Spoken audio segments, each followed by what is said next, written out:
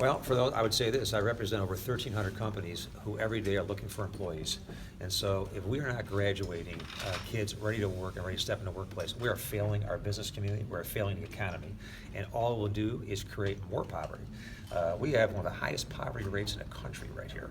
So a chamber is not overstepping its bounds. I think those that accept the status quo are failing children, failing families, and failing this community. You can't refute, since the last 30 years, the issues that really have impacted this community. Poverty, incarceration, you look at all the things, they come back to educational failure.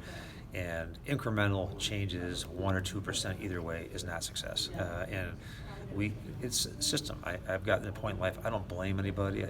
I think we need to look at a system change, but it has to be done in accordance with the law, however that's done. So there's huge political pressure here to stop any kind of change. And you just can't keep the status quo when you're fluctuating, give or take 1 or 2 percentage points below or above 50%, and then 10% of those graduates are college ready. We're here about recruiting talent for our businesses and keep our businesses thriving here.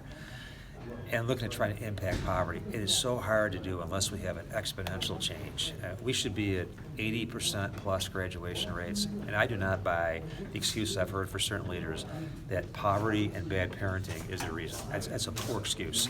I think look at the system, and I think we often say, okay, you say kids can't learn for those reasons.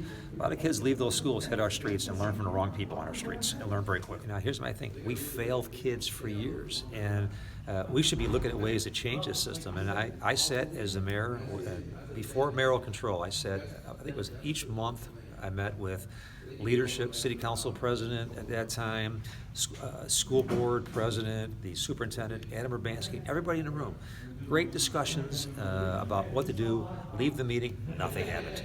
And went on and on. So there, really, you have this energy to keep things the way they are. And my sense is, whatever the decisions are, every decision is geared toward putting children first.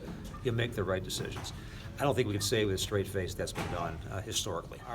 We own it here. We have to change. And if the mayor is trying to effect a change, but citizens here, when you have 7 to 9% of voters coming out every election for school board and other folks, when out of 100 people, if only 7 to 10 actually show up and vote, the voice, you can't say you have a chance to do it, but people have to exercise that right to vote. And I think the referendum, the concept was, if you're happy with the way things are, then, don't support any change. If you want to change, then vote yes. I think that was the concept that the mayor was trying to get across.